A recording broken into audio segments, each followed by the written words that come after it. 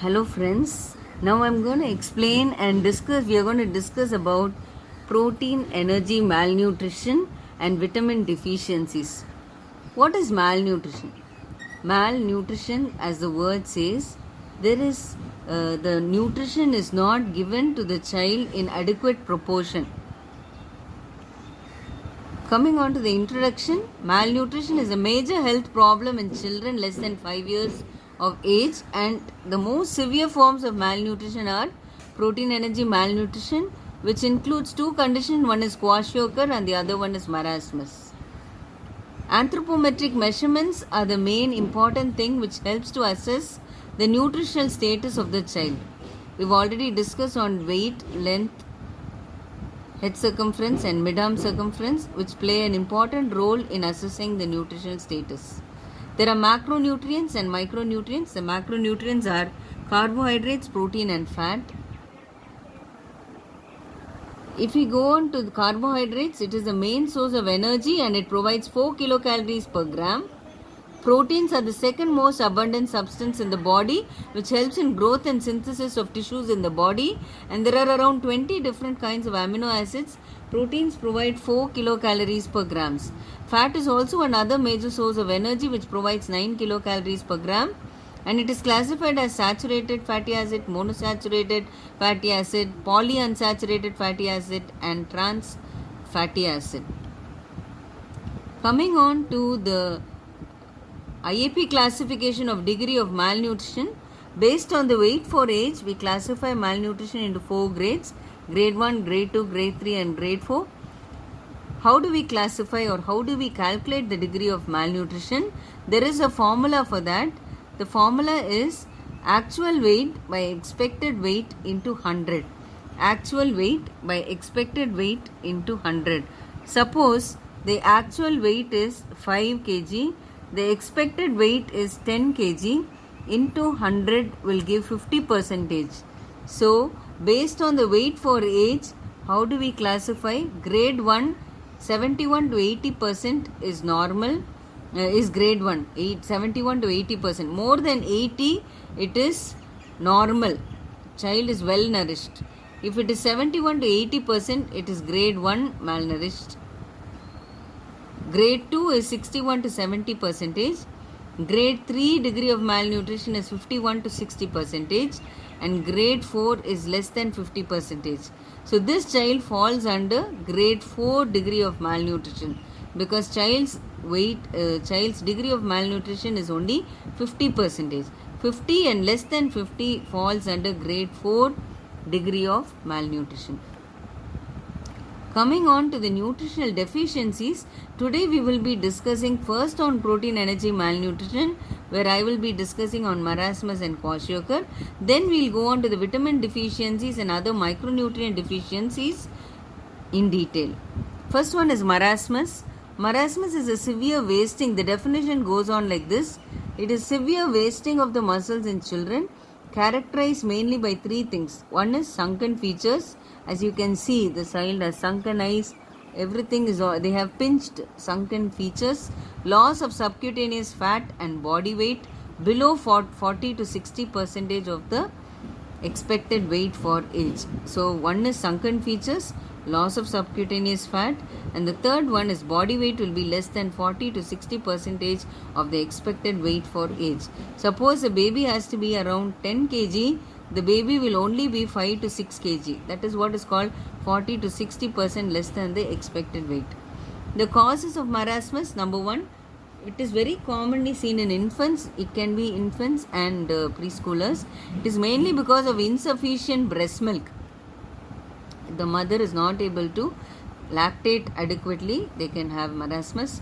Prolonged feeding with diluted milk. Some mothers have the habit of feeding, when they don't get breast milk, they start feeding with 1:1 cow's milk. They add equal proportions of water and milk and they give, which makes it very diluted. Therefore, the child does not get adequate calories, the required calories. Then chronic infections, chronic vomiting, that also can help them to lose weight, that will also lose weight. Congenital disorders such as cleft lip, cleft palate, which makes feeding very difficult. Metabolic disorders such as phenylketonuria, This is an inborn error of metabolism from birth. You find this infantile acidosis. So all these also can cause marasmus. Coming on to the grades, there are 4 grades of marasmus. Loss of fat in the axilla and groin is grade 1. So you will find typically they will be pinched features and loss of subcutaneous fat mainly over the axilla and groin. Grade 2 is loss of fat along with axilla and groin. You also will find over the abdomen. Grade 3 is loss of abdomen and gluteal region. Grade 3 is loss of fat in the chest and spine in addition to grade 1 and 2. So here grade 3 you will find axilla, groin, gluteal region, abdomen as well as chest and spine. There will be loss of fat. Grade 4, along with all this, the buccal fat is also lost. So that is the last area where you will find loss of fat. So if you can see in this picture, what do you find in this child? Is the child under grade 1, grade 2, grade 3 or grade 4? This child has, it looks like a child is in grade 3 where the child has loss of subcutaneous fat over the axilla, over the groin, over the chest, over the spine, over the gluteal region as well as the abdomen, and you can also find mild loss over the buccal fat. Normally children look chubby over the cheeks, so you can find this child is in grade 3 grade of classification of marasmus. Now coming on to the manifestations, as you saw that child, they will have drawn features, wrinkled skin. That as you can see, they will have hollow temples. Normally temples are nothing but the forehead, so it will be hollow, and they will have an old man appearance. The skin will be loose, hanging. They will have the skin will be hanging in loose folds. The bones and joint, as you saw, you can prominently see the ribs, very prominently. So that will be prominent. Abdomen will look scaphoid. Scaphoid is, you will find it very thin and flat. That is abdomen, that is scaphoid abdomen, and the body temperature and pressure, blood pressure also will be below normal. In grade 1 and 2, the child might be active and hungry, whereas in severe marasmus, the child will be less active, will not feed adequately, will refuse to eat, will look very apathetic. Apathetic is they will not give, normally children will be very interactive, active, but these children will be very quiet, they will look less interested about the environment. That is called apathetic. Plasma proteins may be normal or reduced. Plasma proteins are albumin and globulin. These also will be either normal or reduced. Coming on to the management, history collection, we need to ask about their feeding habits, about the dietary intake, what are the things 24 hours, what are the food items they usually take, any previous illnesses, any common complaints that they have, like any frequent abdominal pain, any worms in stools, all these we need to check. Any perianal itching. We also need to monitor the temperature and check the weight of the baby. Calorie management is mainly we need to increase on the calories, because here calories and proteins are less. So we have to teach them about well-balanced diet. If they refuse to eat, we usually give NG feeds. NG feedings we give 200 kilocalories per kg body weight. Diet mainly can include foods such as milk, eggs, pulses, groundnuts, oils, butter, vegetables, banana, oranges, fish and meat. Now you might be wondering how this can be given. NG feed is nothing but nasogastric tube feeding, where we insert a tube through the nose which goes into the stomach and we give the feeds. Either you can mash it and give, or all these can be made as a liquid and it can be given through syringe. When the child is too ill to tolerate oral fluids, IV fluids also can be given with all the nutrients like electrolytes, minerals and vitamins. And mainly we also additionally give vitamins such as E, A and vitamin A, vitamin E and zinc. Prevention is by teaching the parents about importance of breastfeeding, appropriate diet at the time of weaning. We need to tell them to start weaning at the right age. Prevention of diarrhea, especially after the catch-up growth. After any diarrheal episode, we need to tell them about feeding the child with high calorie, high protein diet, prompt treatment of illness that has to be taught, and immunization. Immunizations, we do have immunizations to prevent diarrhea such as rotavirix, which can be given to prevent diarrhea.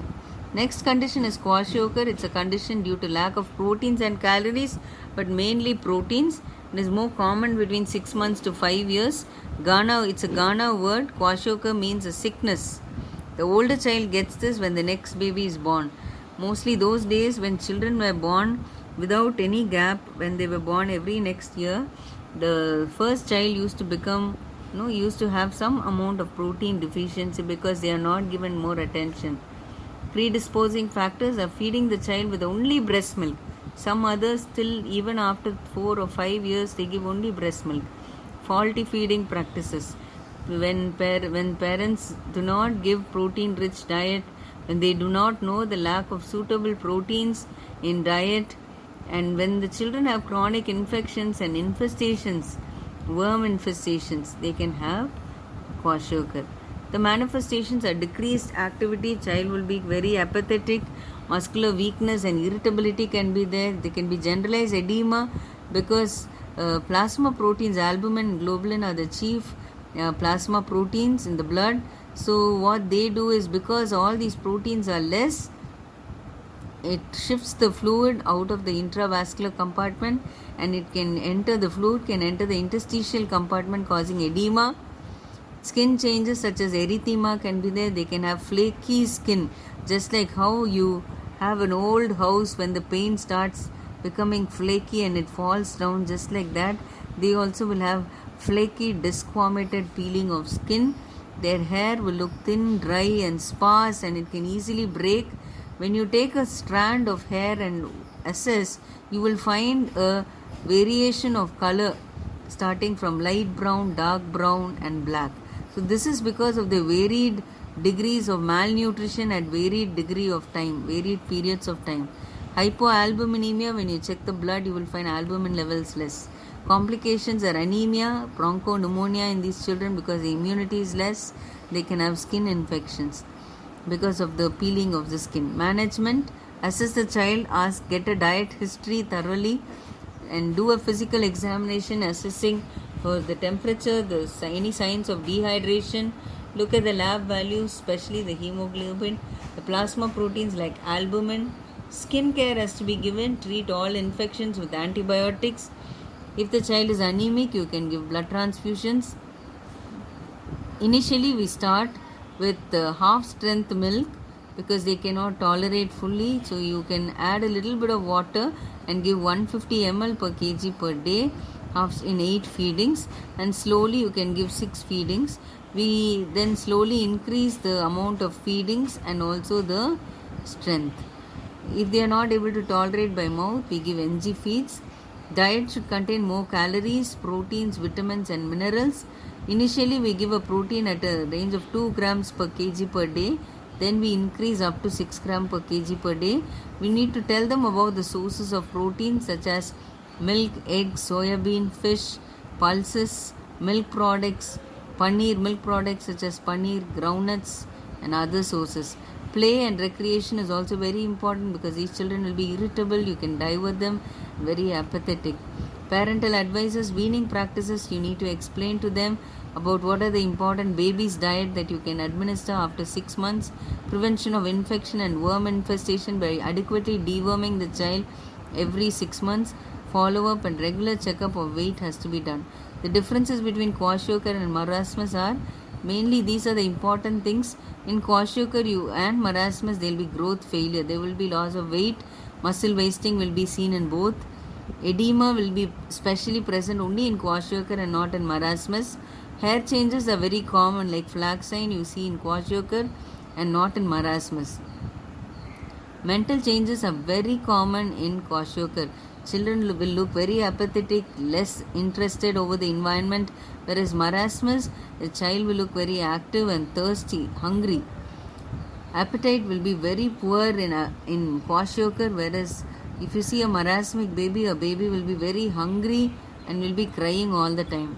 Anemia, you will find severe anemia here, whereas in marasmus they will be less anemic. Face will be edematous, whereas here they will have monkey-like appearance. Mainly they will have pinched features and old man appearance. Fatty liver will be present here, whereas in marasmus it will be absent. Now we'll go on to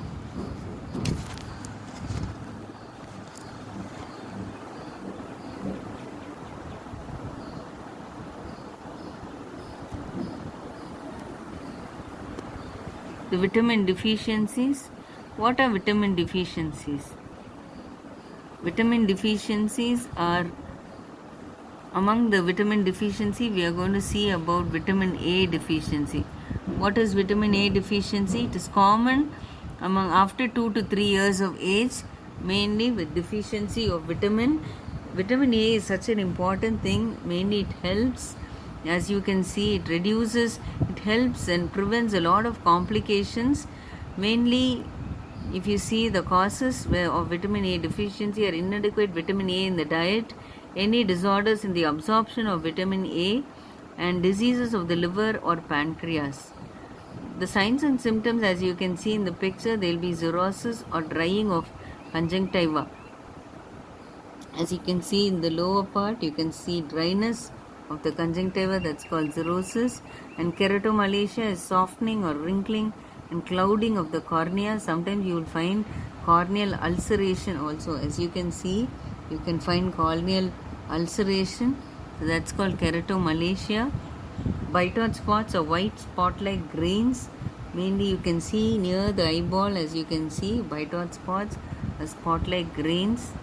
Phrenoderma is a spiky and rough skin. Mainly you will find it over the elbow and over the knee, where you will find ridges, spiky, rough skin. That is mainly because of vitamin A deficiency. Mosaic skin can be seen.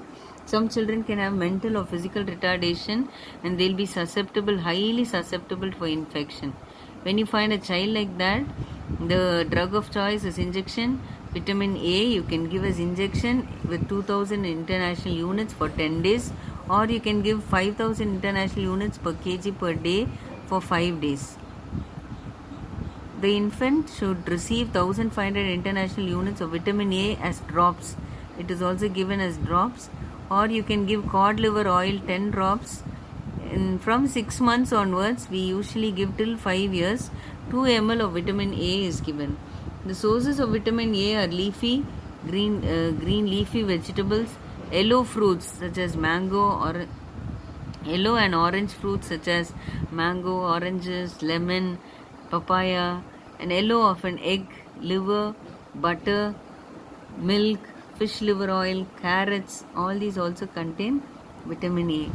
Vitamin B1 deficiency, vitamin B1 is otherwise called thiamine. It helps in carbohydrate metabolism and in the oxidation of glucose within nerve cells. So if you see the signs and symptoms, when the deficiency of it causes indigestion, apathy. Apathy, as I already told, they'll be least interested in the environment, looking dull, emotional instability. Some children can be crying, very sensitive, convulsions and dyspnea. Treatment is thiamine 25 mg IM can be given intramuscularly as injection. Maintenance dose is, it can also be given as oral drug as thiamine 25 mg. Prevention, we need to give thiamine. Mainly we need to see that the sources of thiamine are hand pounded rice, liver, yeast, milk, egg yolk and legumes. These are the sources of vitamin B1. Vitamin B2, otherwise called riboflavin. Riboflavin deficiency. Riboflavin is a very important thing along with phosphorus. It helps in protein and carbohydrate metabolism. Mainly any of the signs and symptoms, riboflavin deficiency causes photophobia, burning and itching eyes, cataract, there can be nasal irritation, tongue can become fissured, there can be fissures at the angle of the lips called as angular stomatitis, or tongue, if it is fissured, if it is or cracked, it is called as glossitis. The treatment is, mild cases we give 5 to 10 mg of riboflavin per oral. If it is severe cases, we can give 2 mg as IV injection or parenterally. And then for few days we give 2 mg, then slowly we can give orally 5 to 10 mg. Prevention is by prophylactic dose. If suppose you expect these children to have any of these problems, you can give a prophylactic dose. Prophylactic is even before the problem comes, you can give riboflavin orally. Niacin deficiency, vitamin B5. It is a coenzyme along with riboflavin. It helps in the metabolism of fats and proteins. Deficiency of this niacin causes pellagra. Other signs and symptoms are they can have stomatitis, glossitis, anorexia, diarrhea, weight loss and fatigue. They can have scaly dermatitis. Scaly dermatitis is they will have rashes over the skin which can cause peeling and disformation. Apathy, the child will look very least interested. Anxiety, confusion, sleeplessness and delirium. The treatment is by giving oral niacin acid 50 to 300 mg daily. Prevention, diet with niacin or nicotinic acid. Mainly it is the sources of niacin are meat, fish, peanuts and beans. Vitamin B6, otherwise called as pyridoxine. Pyridoxine is a very important thing. It acts as a coenzyme in the metabolism of protein, carbohydrates and fats.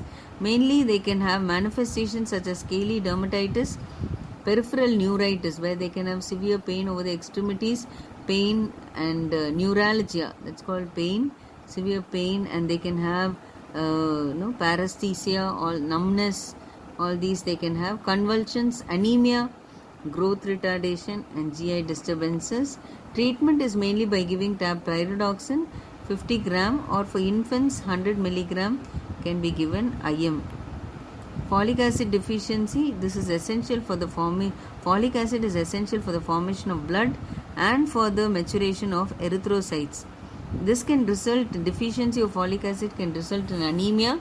The other manifestations are glossitis, as I told, inflammation or fissuring of the tongue, anorexia, weakness, malabsorption. Children can have diarrhea resulting because of malabsorption, and microcytic anemia. That means RBCs will look very small. So our red blood cell may be decreased. The bone marrow will show a megaloblastic red blood cell. Now the treatment is mainly we give orally. The daily requirement we give 50 to 100 microgram. Now going on to vitamin B12, otherwise called as cyanocobalamin.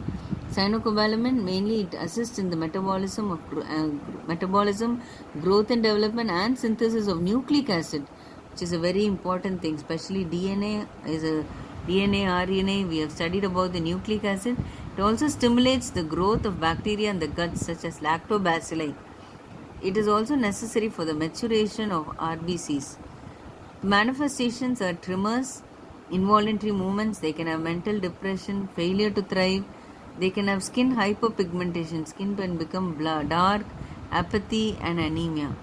Investigations, we need to check the hemoglobin and RBC, check the serum levels of vitamin B12 and their protein levels, and we need to give them IM injection of injection B12 3 times per week for 4 weeks. This anemia is very commonly seen among vegetarians because mostly this vitamin is seen in non-veg foods such as meat, fish, pork, chicken. So in case of pernicious anemia, we need to follow them up. Vitamin C, otherwise called as ascorbic acid, deficiency of it results in scurvy. Ascorbic acid increases the intracellular supporting of tissues, especially the collagen, and it helps in general metabolism and bone formation. It also promotes immunity. Manifestations are they can have severe pain and tenderness in the limbs. The child will always cry and they will assume a frog-like position, and they can have bleeding over they can have scorbutic rosary, as you can see in this picture, as if you can see swelling of the ribs. It will look like a rosary. So the other things are they can have gum bleeding, they can have irritability, anemia, and wound healing will be delayed. That's why if suppose a child immunity is less, we supplement by giving vitamin C. Investigations, mainly we need to look for history and physical examination. Gum bleeding or any spongy gums will give us an idea that the child has vitamin C deficiency. We need to orally supplement with 500 to 1000 milligram oral vitamin C daily for a week. Prevention is mainly by giving daily requirement of 50 to 75 mg. Other sources of vitamin C are oranges, guava, green leafy vegetables and fresh foods. Mainly we also find it in gooseberries. Okay, all the guava is a rich source of vitamin C. Vitamin D deficiency. Vitamin D is a very important thing. It helps in absorption of calcium and phosphorus, and also in the deposition of calcium in the bones. It maintains the level of calcium and phosphorus in the blood. Vitamin D deficiency can lead to osteoporosis in adults, osteomalacia. In children, it can lead to rickets. Manifestations are irritability and sweating on the head. Infants with rickets will look flabby and pale. The head will be enlarged and flattened with wide fontanelles. You will find, just like similar to as I showed you in vitamin C deficiency, they can have swelling over the palpable enlargement of the osteochondral junctions. If you see the wrist, you will find thickening of the wrist. They can have scoliosis or lordosis. Scoliosis is S-shaped spine. Lordosis, mainly there is an increased curvature of the lumbar spine.